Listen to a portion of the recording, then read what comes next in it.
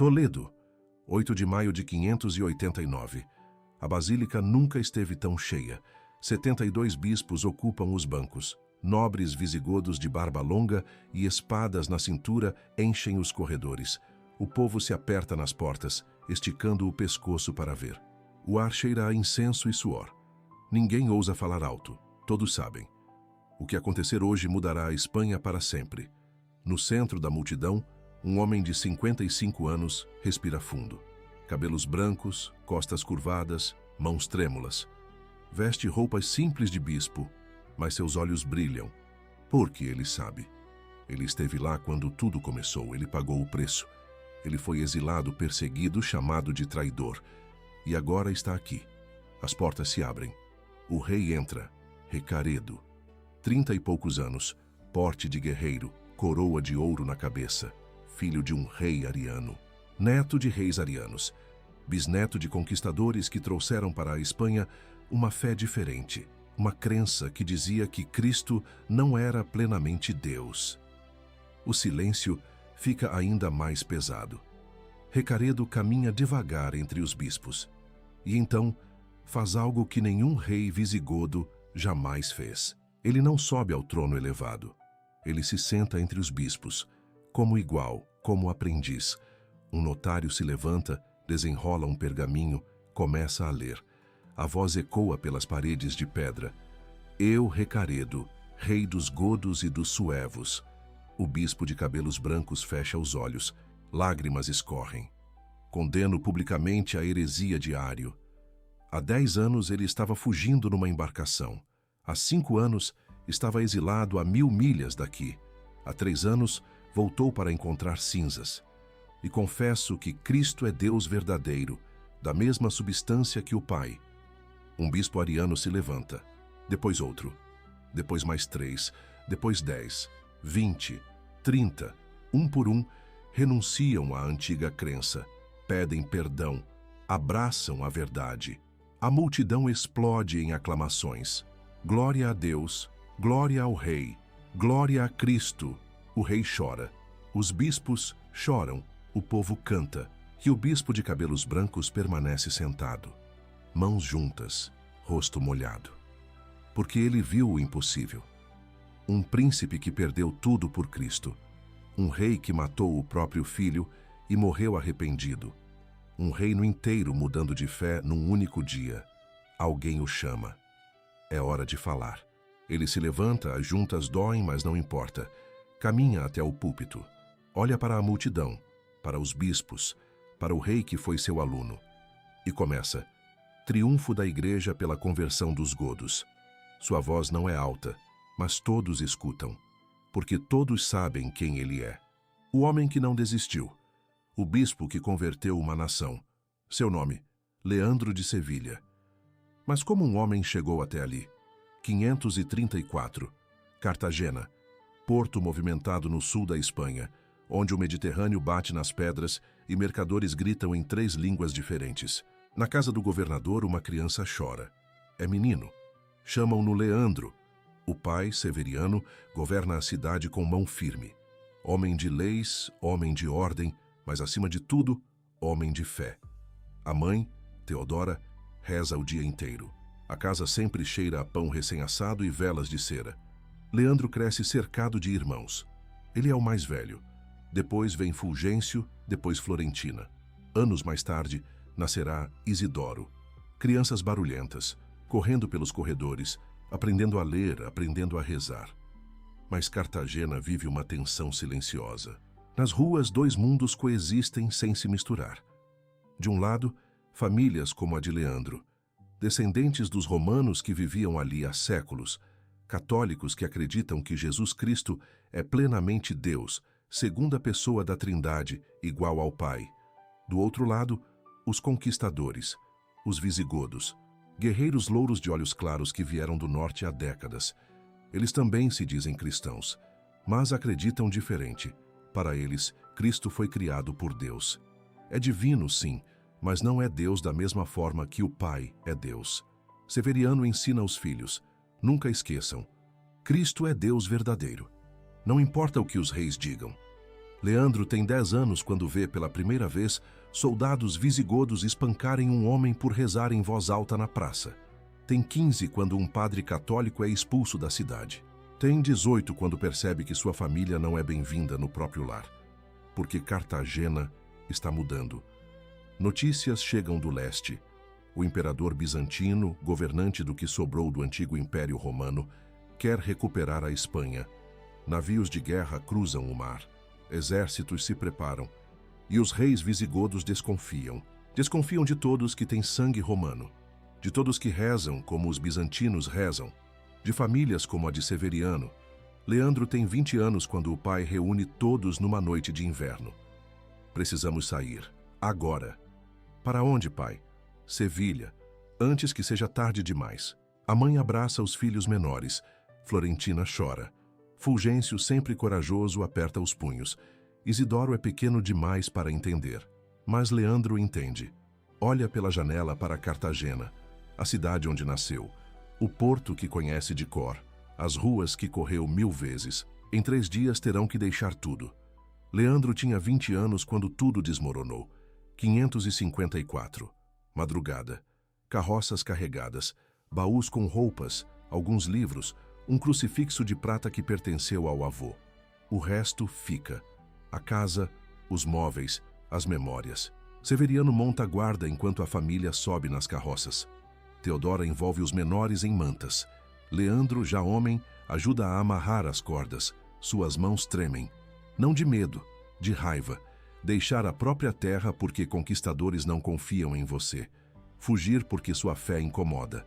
A jornada até Sevilha leva semanas. Estradas ruins, chuva, frio. Dormem onde conseguem. Comem pão duro. Isidoro adoece no caminho, febre alta. E Teodora passa 3 noites acordada rezando até a febre baixar.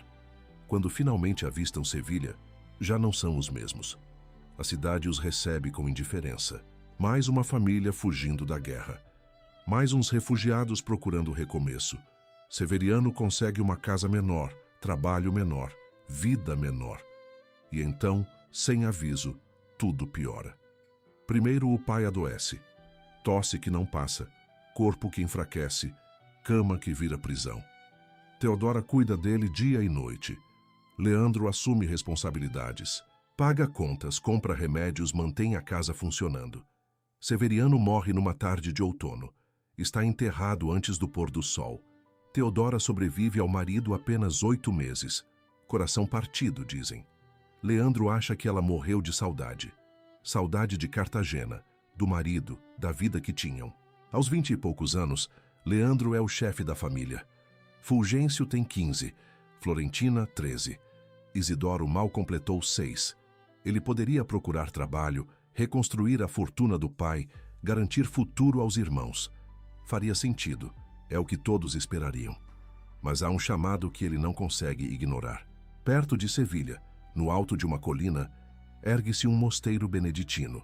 Leandro passa por lá numa manhã e escuta os monges cantando. Vozes graves, melodia antiga, palavras em latim que sobem ao céu como fumaça de incenso. Algo dentro dele se rompe. Ele providencia tutores para os irmãos menores. Garante que Florentina entre num convento de freiras onde estará segura. Fulgêncio vai estudar em escola da igreja. Isidoro, ainda criança, fica sob cuidado de parentes. E Leandro sobe a colina. Bate à porta do mosteiro. Diz ao prior: "Quero ficar." Por quanto tempo? Para sempre. Nos anos seguintes, aquele refugiado de Cartagena se transforma. Estuda como nunca estudou. Aprende latim, grego, teologia, filosofia, reza 7 vezes ao dia, jejua, trabalha na horta, copia manuscritos à luz de velas. Os monges mais velhos comentam entre si: "Nunca vi ninguém com tanta sede de Deus." Leandro tem 30 anos quando sua reputação ultrapassa os muros do mosteiro. Aquele monge de Sevilha que sabe demais, reza demais, vive demais para Cristo. Sevilha precisava de um líder, e todos sabiam quem era.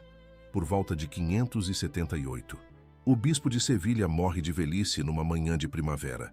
No dia do funeral, o povo se reúne na praça. Alguém grita: Precisamos de novo bispo, outro responde. Leandro, o monge da colina. O nome se espalha como fogo. Em 3 dias, clérigos, nobres e povo concordam. Vão buscar Leandro no mosteiro. Ele resiste. Não sou digno, deixem-me aqui. Mas o prior coloca a mão em seu ombro. Deus não te trouxe até aqui para ficar escondido. Leandro desce a colina. É sagrado bispo de Sevilha com 40 e poucos anos e descobre que a cidade é um campo de batalha invisível. Sevilha está rachada ao meio, não com muros ou espadas, mas com crenças. Metade da população é católica. Acreditam que Jesus é plenamente Deus, da mesma essência que o Pai. Rezam, cantam, celebram missas antigas. A outra metade segue os reis. Acreditam que Cristo, embora divino, foi criado por Deus. É subordinado, menor, diferente. 2 templos, 2 liturgias, 2 fés chamadas pelo mesmo nome. E Leandro no meio. Ele poderia escolher um lado e ignorar o outro. Seria mais fácil. Mas não é assim que ele funciona. Abre uma escola anexa à catedral. Ensina religião, sim, mas também gramática, retórica, aritmética, música. A escola se torna famosa.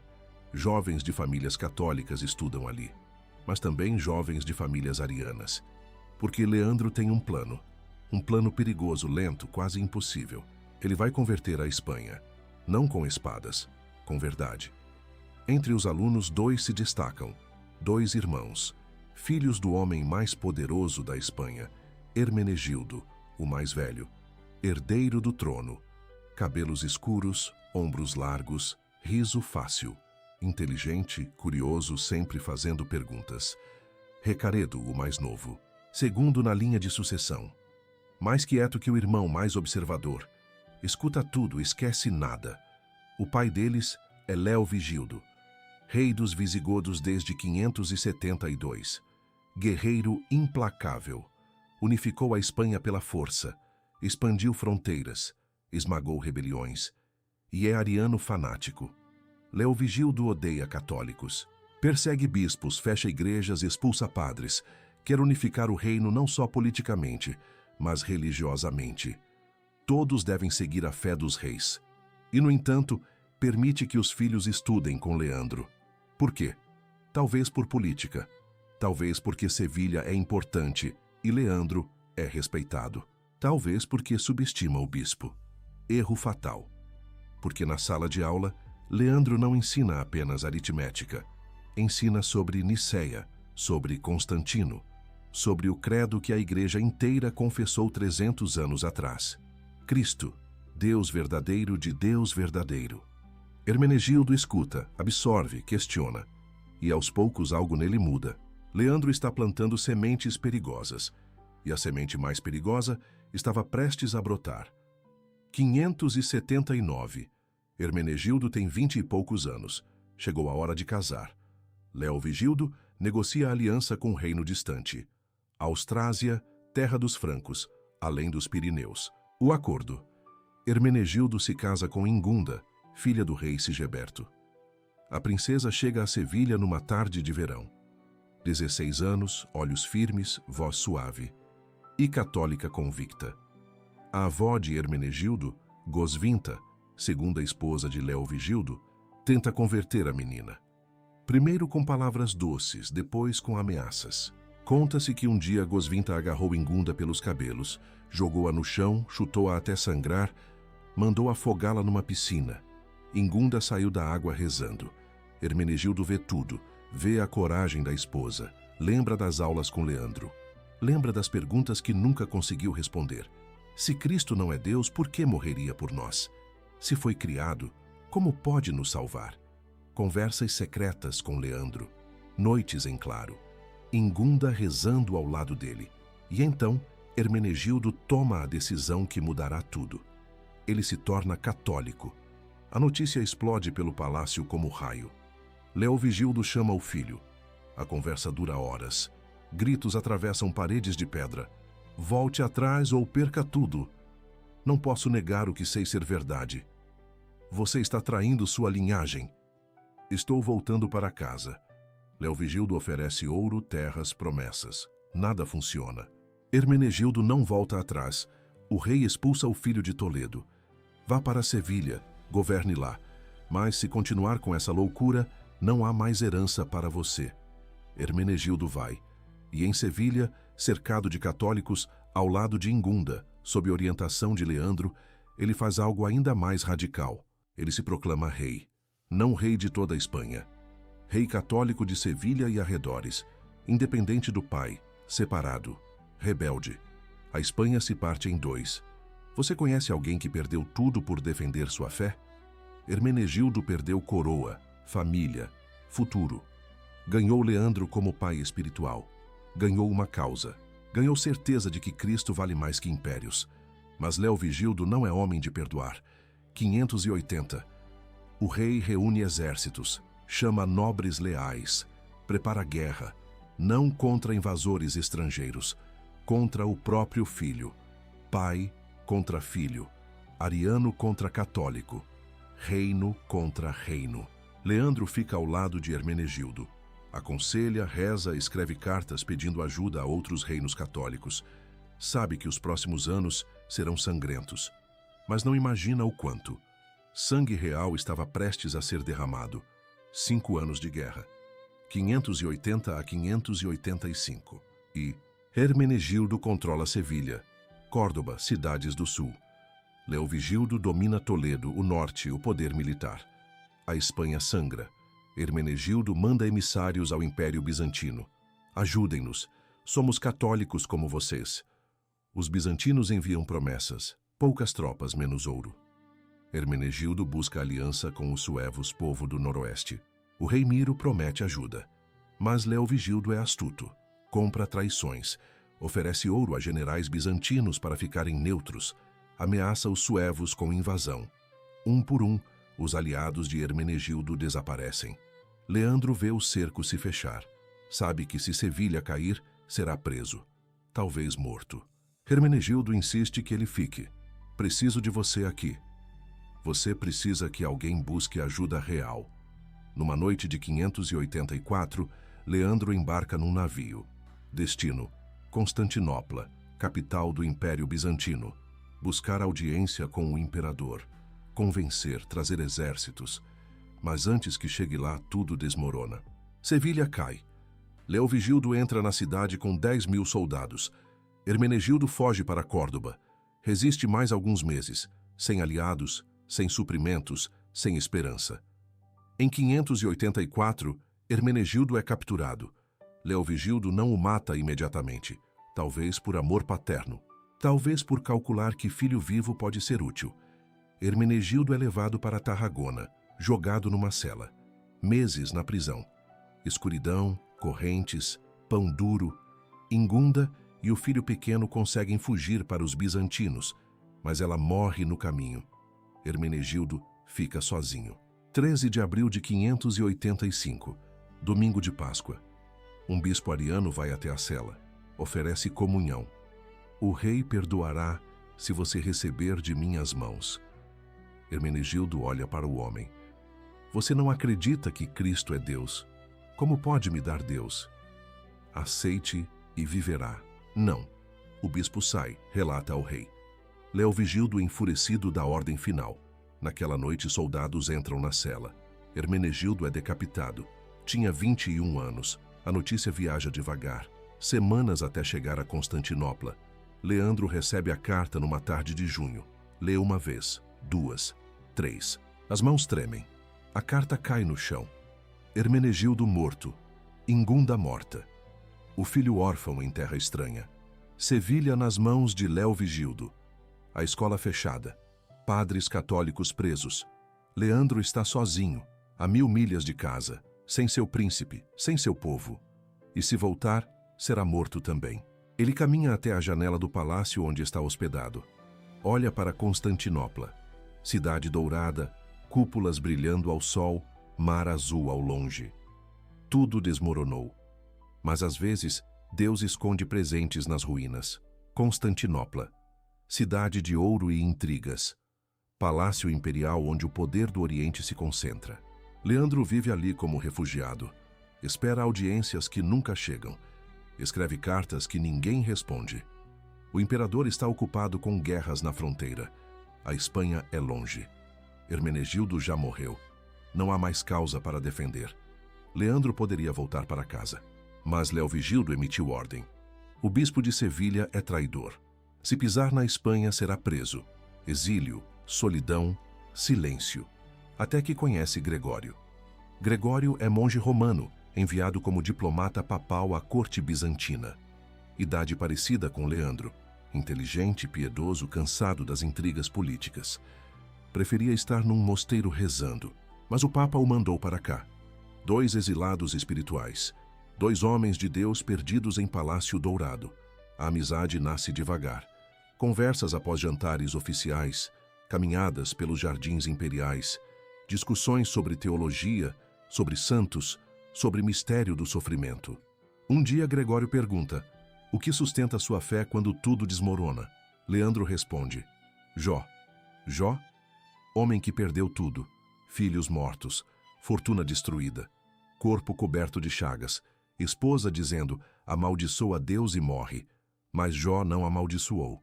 Jó disse, nu saí do ventre, nu voltarei. Deus deu, Deus tirou. Bendito seja o nome do Senhor. Gregório escuta em silêncio. Leandro continua. Perdi meu príncipe, meu povo, minha cidade, mas não perdi Cristo. E se Cristo permanece, tenho tudo. Naquela noite, Gregório começa a escrever. Leandro pediu: escreva sobre Jó, para que outros que sofrem entendam. Nasce assim uma das maiores obras da Igreja, Moralia in Job. Comentários morais sobre o livro de Jó. 35 volumes. Escrito em Constantinopla, terminado anos depois em Roma. Leandro também escreve textos contra a heresia ariana, defesas da fé católica. Cartas longas que envia secretamente para Sevilha. Seu povo não pode esquecer. Mesmo longe, ele continua pastor. Meses passam. Estações mudam. Leandro envelhece no exílio. Então, numa manhã de 586, carta chega de Sevilha. As mãos de Leandro tremem ao abrir. Lê rápido. Relê devagar. Coisas estranhas acontecem no túmulo de Hermenegildo. Mulher cega lavou o rosto com terra do túmulo. Voltou a ver. Homem paralítico rezou ali 3 noites. Levantou e andou. Crianças com febre, velhos à beira da morte, todos curados. O povo chama Hermenegildo de santo. E mais, Leovigildo adoeceu gravemente. Dias na cama, febre alta, delírios. Chamou padres católicos. Confessou entre lágrimas: eu matei um santo. Matei meu próprio filho. Não abjurou publicamente o arianismo, medo de perder o reino, mas reconheceu a verdade e deu última ordem antes de morrer. Chamem Leandro. Ele deve voltar. Ele deve educar Recaredo. Leovigildo morreu poucos dias depois. Recaredo assumiu o trono, que a primeira coisa que fez foi revogar o exílio de Leandro. Quantos hoje precisam de um mentor que não desista deles? Recaredo precisava. O aluno que sobreviveu. O segundo filho que nunca imaginou ser rei. O homem marcado pela morte do irmão. E o bispo preparou sua volta para casa. 586. Porto de Sevilha. O navio atraca numa tarde de outono. Leandro desembarca. 40 e poucos anos agora, cabelos grisalhos, ombros mais curvados. 2 anos longe de casa. Parece uma vida inteira. A cidade está diferente. Mais guardas nas ruas. Igrejas católicas reabertas, mas vazias. O medo ainda paira. Mensageiro o espera no porto. O rei quer vê-lo, amanhã, no palácio de Sevilha. Leandro passa a noite em oração. O que dizer a Recaredo, o filho do homem que matou Hermenegildo, o irmão do mártir, o aluno que ele ensinou anos atrás? Manhã seguinte, palácio. Recaredo o recebe sozinho, sem guardas, sem conselheiros. Fecha a porta. Os 2 homens se encaram, rei e bispo, aluno e mestre. Recaredo fala primeiro, voz baixa, quebrada. Meu irmão era santo. Leandro não responde. Meu pai morreu dizendo que matou um santo. Silêncio. E eu, o que sou eu, Leandro? Você é um homem que Deus não abandonou. Recaredo senta, coloca o rosto nas mãos. Tenho medo. Medo de estar errado. Medo de estar certo. Medo do que meu irmão viu e eu não vejo. Leandro se aproxima. Senta ao lado dele, como faria com qualquer aluno assustado. Conte-me o que você acredita. E Recaredo conta. As dúvidas, as perguntas, as noites sem dormir, os milagres no túmulo de Hermenegildo, a confissão do pai moribundo. Leandro escuta. Não força, não pressiona, apenas acompanha. Semanas passam, encontros quase diários, conversas longas. Leandro responde perguntas. Recaredo lê textos antigos, estuda os concílios, entende porque a igreja sempre confessou: Cristo é Deus verdadeiro de Deus verdadeiro. 587, menos de um ano após assumir o trono, Recaredo toma sua decisão. Ele se torna católico, aceita Cristo como Deus pleno, segunda pessoa da Trindade, igual ao Pai em substância e glória. Renuncia à crença ariana de seus pais. Leandro batiza-o pessoalmente. Água sobre a cabeça do rei. Unção com óleo santo. Recaredo emerge das águas chorando. Mas a alegria dura pouco, porque Recaredo é um homem convertido, um rei católico, governando milhões de arianos, nobres, bispos, soldados. Todos seguem a antiga crença. Se ele tentar forçar conversão, haverá guerra civil. Mais sangue. Mais irmão contra irmão. Leandro sabe e diz: não se muda coração com espada, se muda com verdade. Como? Paciência, diálogo, convencimento. Plano secreto nasce. Leandro e Recaredo trabalham em silêncio. Conversas privadas com cada bispo ariano. Explicações cuidadosas. Textos antigos compartilhados. Perguntas respondidas. Um por um, líderes religiosos começam a duvidar. Começam a questionar. Começam a ver. Leandro viaja, fala com nobres, mostra escrituras, explica concílios, nunca ameaça, apenas apresenta a verdade. 2 anos de trabalho silencioso, 2 anos preparando o terreno, 2 anos plantando sementes. E então Recaredo diz: está na hora. Hora de quê?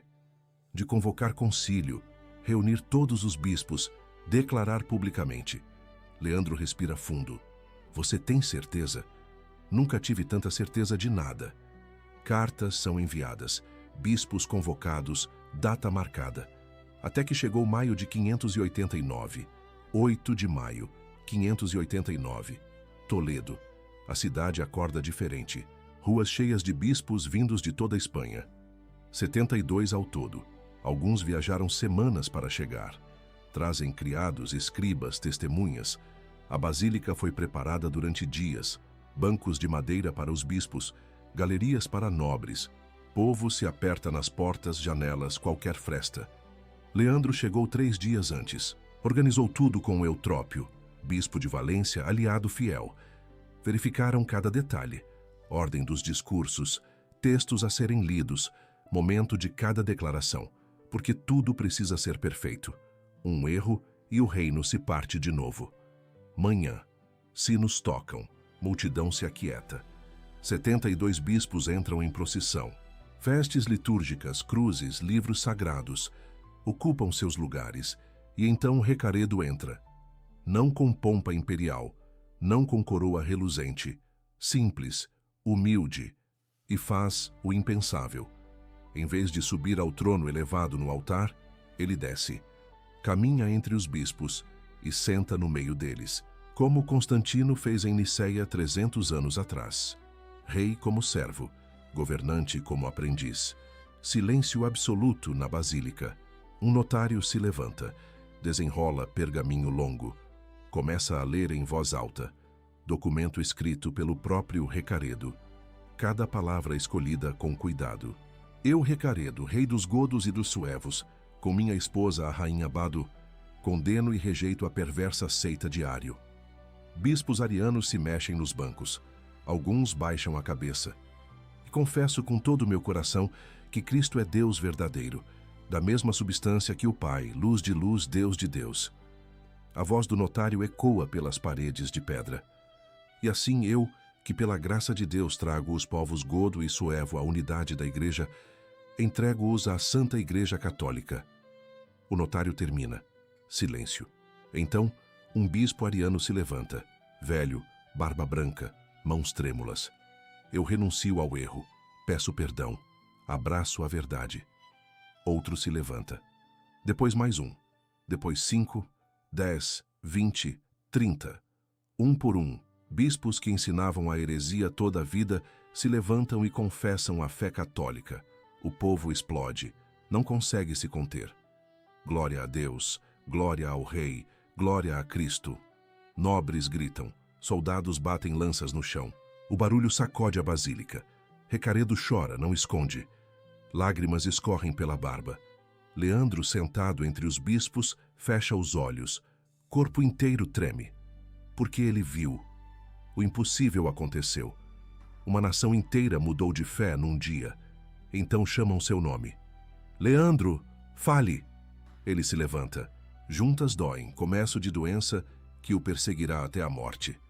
Mas não importa agora, caminha até o púlpito, olha para a multidão, para os bispos, para Recaredo, e pronuncia as palavras que entrarão para a história.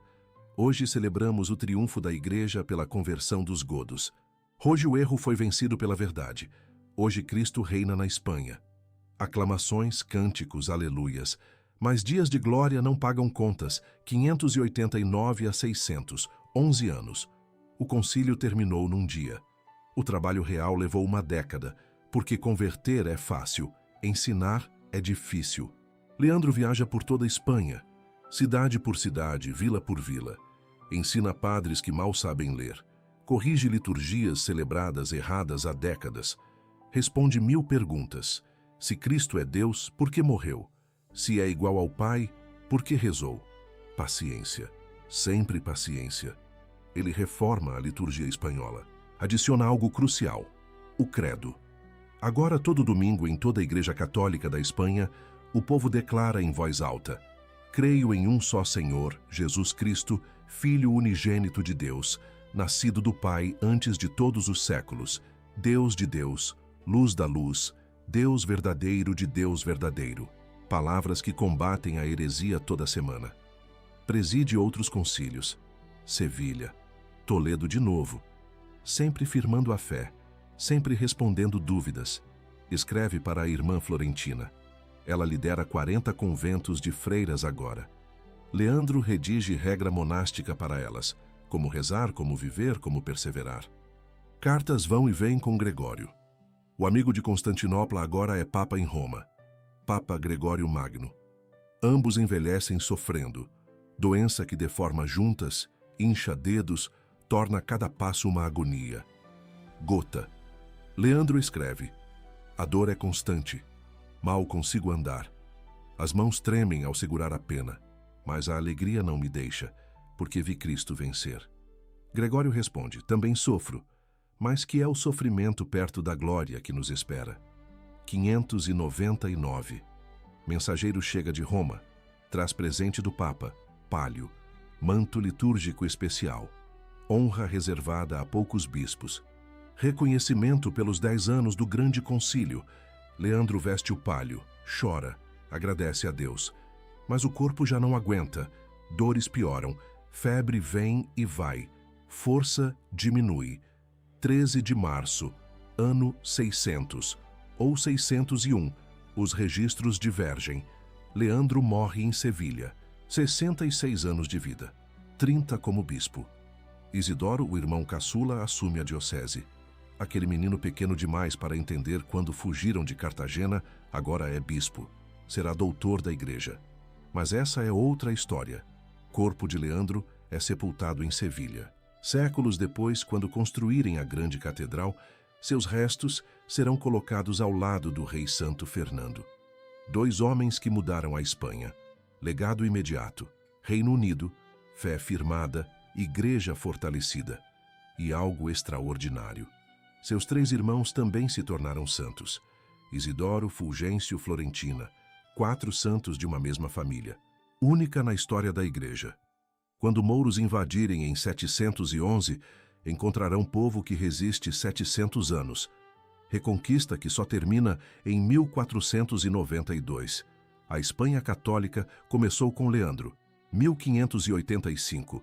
Hermenegildo é canonizado. O príncipe que ele ensinou é declarado mártir e santo. O título que ficou, apóstolo dos godos.